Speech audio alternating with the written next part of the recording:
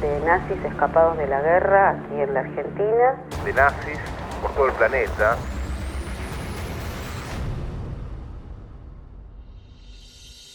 Este hombre era conocido como Ricardo Klement, pero ese no era su verdadero nombre. Un día después de su trabajo, se bajó del autobús y mientras caminaba hacia su pequeña casa en un suburbio de clase media en Buenos Aires, el 11 de mayo de 1960, pasó junto a un chofer y dos hombres que trabajaban con el cofre abierto de una limusina Buick negra. Cuando justo pasó Ricardo enfrente de ellos, los hombres lo agarraron por la fuerza y lo arrastraron pateando y gritando al asiento trasero del vehículo y huyeron inmediatamente a toda velocidad en la noche. El verdadero nombre de Ricardo Klement era en realidad Adolf Eichmann, un importante teniente coronel de las SS nazis que planeó el transporte de judíos europeos a los campos de concentración, y los hombres de la limusina que los secuestraron eran en realidad agentes del servicio secreto israelí. Esta historia es real, pero ¿qué hacía un importante general nazi trabajando como capataz de producción en una ensambladora automotriz en la Argentina? ¿Cómo fue que logró llegar encubierto hasta allí? En realidad, Eichmann no fue el único nazi entre los nazis que encontró refugio en América Latina después de la caída del Tercer Reich. Según un artículo publicado en el 2012 por The Daily Mail, los fiscales alemanes que examinaron archivos secretos de Brasil y Chile descubrieron que más de 9.000 oficiales y colaboradores nazis de otros países escaparon de Europa para encontrar refugio en países de América Latina, como por ejemplo Brasil, en donde se encubrieron a más de entre 1.500 a 2.000 criminales de guerra nazi, mientras que entre 500 a 1.000 se ocultaron en Chile, y un mayor número de altos generales alemanes se mudaron a la Argentina. Hablamos de hasta unos 5.000 de ellos, mientras que muchos más se dispersaron por el resto de América Latina. Pero ¿por qué muchos criminales de guerra nazis huyeron a América Latina después de la Segunda Guerra Mundial? ¿Quién estuvo detrás de esta ruta de escape? ¿Cómo lograron eludir a la justicia? ¿Y cómo solo algunos de ellos fueron descubiertos años después? Yo soy Víctor y en este video te lo voy a explicar.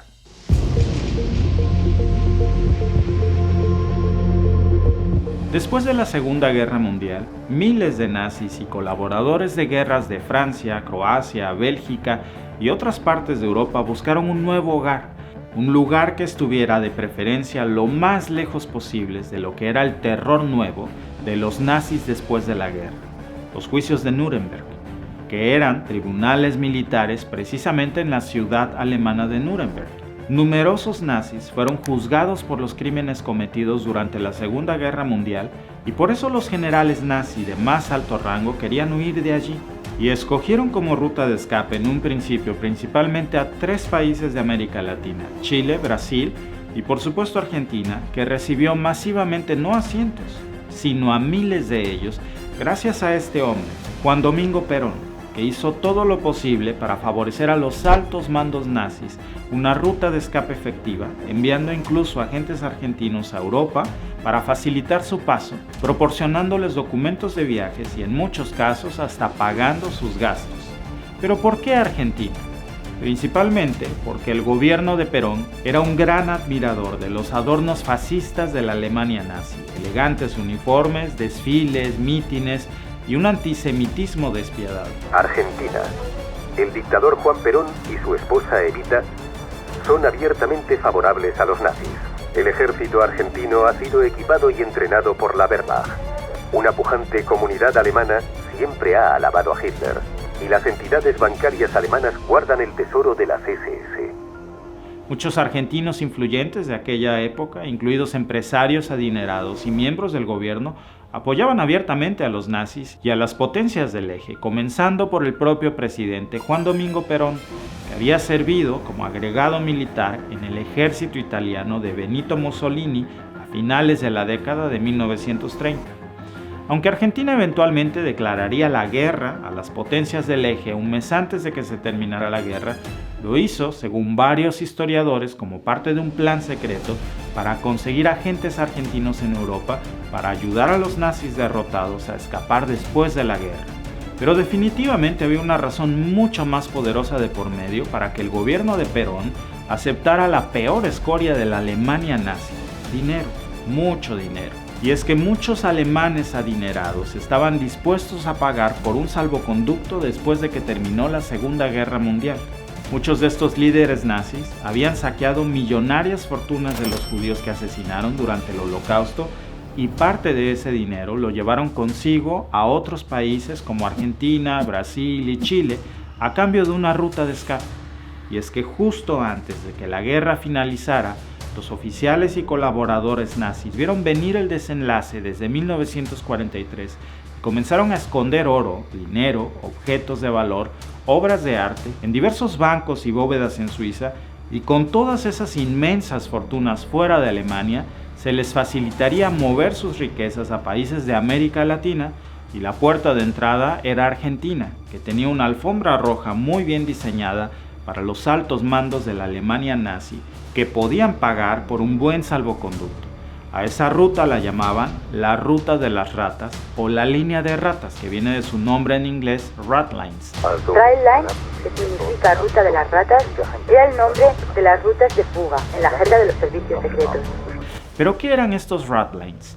Cuando escuchamos Ratlines o la ruta de ratas, podríamos pensar que se llamó así a una ruta de escape de los primeros nazis en abandonar el barco como ratas, pero en realidad este nombre tiene otra razón de ser. Entre los marinos y navegantes se le llama ratlines a estas cuerdas en forma de escalera que se colocan para poder subir por el mástil de los barcos. Seguro los has visto en las famosas películas de piratas, y es que en realidad en la antigüedad estas cuerdas llamadas ratlines eran usadas como el último recurso, el más desesperado para evitar ahogarse si el barco se hundía. Por eso esta ruta de escape, que era el último recurso de muchos jerarcas nazis que buscaban huir de las manos aliadas, después de la caída de Adolf Hitler se le llamó Ratlines o la última vía de escape. Pero estas Ratlines no fueron para nada rutas de escapes improvisadas, fueron salvoconductos planificados y organizados por personas de poder y altos jerarcas, dedicados a proteger a prófugos no solo alemanes, sino también croatas, eslovacos y austriacos. Y casi todas las investigaciones serias, por no decir todas, coinciden en que hubo dos respetables instituciones internacionales que facilitaron la ayuda humanitaria para que miles de altos oficiales nazis huyeran a través de esta ruta de ratas. Y sin su apoyo, huir les habría sido prácticamente muy difícil. Pero antes de decirte cuáles son estas dos instituciones, debo aclararte que no es una conjetura mía, así que por favor, si sientes alguna indignación en saber esta información, no te molestes conmigo. Incluso artículos de medios de todas partes del mundo, desde Oriente hasta Occidente como la BBC, The New York Times, el Washington Post, hasta medios alemanes como D&W o incluso medios rusos como Sputnik News y cientos de historiadores y libros coinciden en que estas dos instituciones voluntaria o involuntariamente estuvieron detrás de la ruta de ratas para el escape nazi: la Iglesia Católica y la Cruz Roja. 300 fugitivos nazis logran entrar en Argentina con documentación falsa, pero permisos de viaje auténticos emitidos por la Cruz Roja, a veces con la ayuda de ciertos departamentos del Vaticano, poco rigurosos o incluso cómplices, pero en todo caso, desbordados por el flujo de refugiados. Te dejo, por cierto, algunos de los muchísimos enlaces en donde puedes confirmar esta información en la descripción del video. Pero ¿cómo pudo el Vaticano y la Cruz Roja estar detrás de la llamada ruta de ratas que trajo a los más altos e infames jerarcas nazis a las puertas de América Latina? La respuesta la encontramos aquí, en la primera fase de esta ruta, la llamada Ruta Vaticana, que comenzaba dándoles a los oficiales nazis una vía de escape segura a través de Roma y Génova, en donde recibían documentos de identidad falsos que le eran expedidos por la Comisión de Refugiados del Vaticano y en algunos casos, según diversas pruebas de muchos nazis capturados, los recibían directamente de manos de altos cleros de la Iglesia Católica mientras los ocultaban en sus monasterios y eran cruzados por una ruta especial desde los Alpes italianos, y por eso se le conocía también como la Ruta de los Monasterios. También les daban los nombres de Ruta de los Monasterios o Ruta del Vaticano.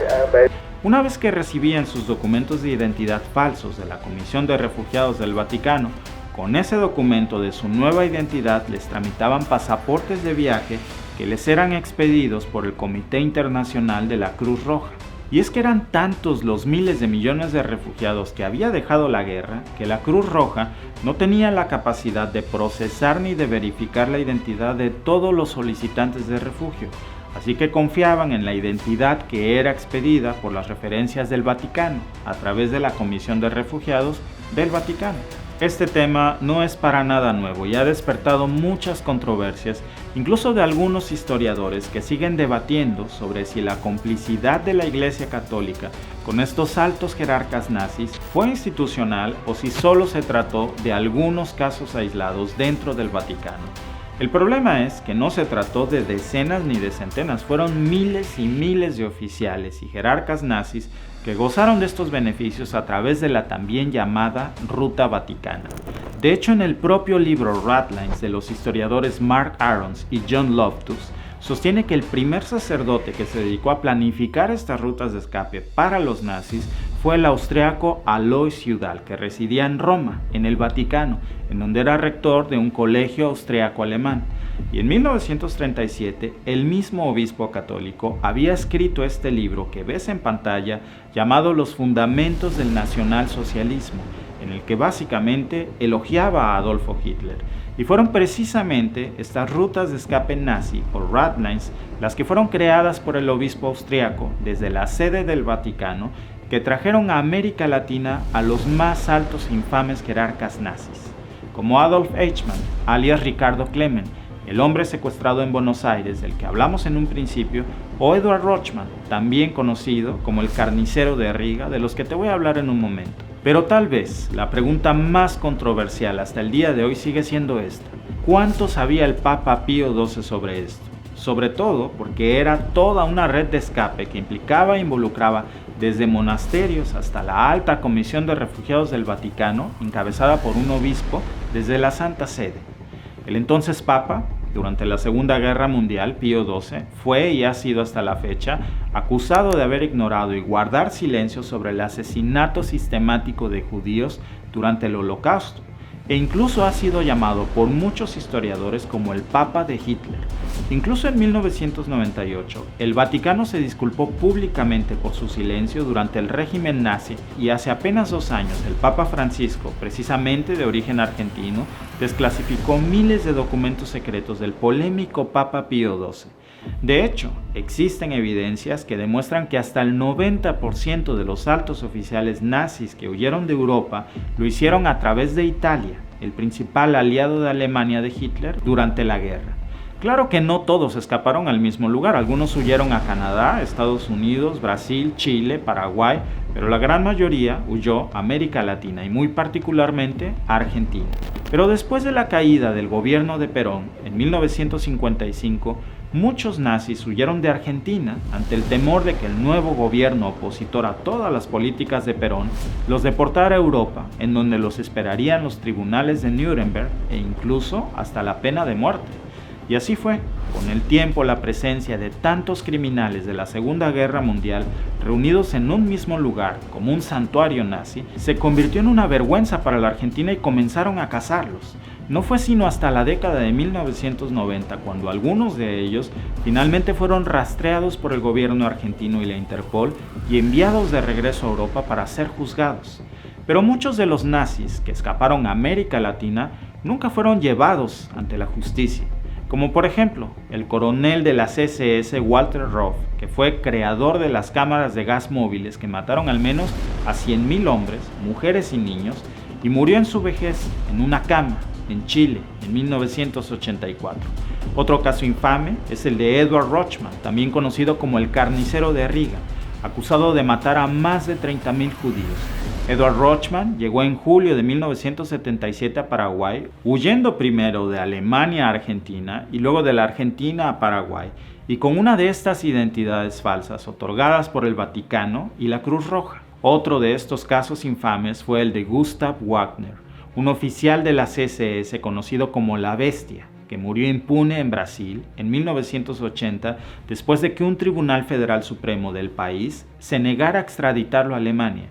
Y finalmente, uno de los casos más conocidos fue el del Dr. Joseph Mengele, alias el Ángel de la Muerte, un alto oficial nazi acusado de llevar a cabo experimentos crueles y terribles que ni siquiera voy a mencionar. Francamente, Mengele era una persona de mente y retorcida que experimentó de las formas más crueles con niños y mujeres en los campos de concentración nazi. Uno simplemente no puede comprender cómo puede haber tanta maldad y tanta crueldad en una persona, y merecía ser juzgado con las penas más altas por sus crímenes. Pero en lugar de eso, huyó por la ruta vaticana Argentina en 1949, antes de que se mudara a Paraguay en 1959 y a Brasil un año después, y fue enterrado bajo un nombre falso. Pero no solo fue a América Latina. Muchos historiadores señalan cómo, en algunos otros casos, Estados Unidos también fue cómplice de la protección de criminales de guerra nazi en Sudamérica. Por ejemplo, después de la Segunda Guerra Mundial, el Cuerpo de Contrainteligencia estadounidense reclutó a Klaus Barbie, el jefe de la Gestapo en Lyon, Francia, que desempeñó un papel fundamental en la muerte de miles de judíos franceses y miembros de la resistencia francesa. A este personaje, Washington lo reclutó como agente para ayudar con la lucha anticomunista en contra de la Unión Soviética, y le ofrecieron un salvoconducto a Bolivia, desde donde continuó con su trabajo de espionaje, pero ahora para las agencias de contrainteligencia estadounidense. Incluso instruyó al régimen militar sobre cómo torturar e interrogar a opositores políticos. Pero el también llamado Carnicero de Lyon fue finalmente extraditado en 1983 y condenado a cadena perpetua por sus crímenes de lesa humanidad. Pero estos son solo algunos ejemplos de los casos más emblemáticos conocidos, mientras que hubo miles y miles más de los que nunca se supo su paradero final, detrás de toda una red de complicidad que los ayudó a escabullirse de la justicia. Y es por eso que muchos se cuestionan algo sumamente polémico. Si los altos mandos nazis tenían este salvoconducto, que no es una teoría conspirativa, es un hecho histórico perfectamente documentado, entonces, ¿qué le impedía a Hitler usar esa misma ruta? ¿Murió realmente Hitler en Alemania? ¿Qué evidencias hay de eso? De eso hablaremos en nuestro próximo video. Por eso es importante que te suscribas al canal para que no te pierdas ninguna de nuestras investigaciones. Es gratis y solo tienes que hacer un clic. Te veo en el próximo video.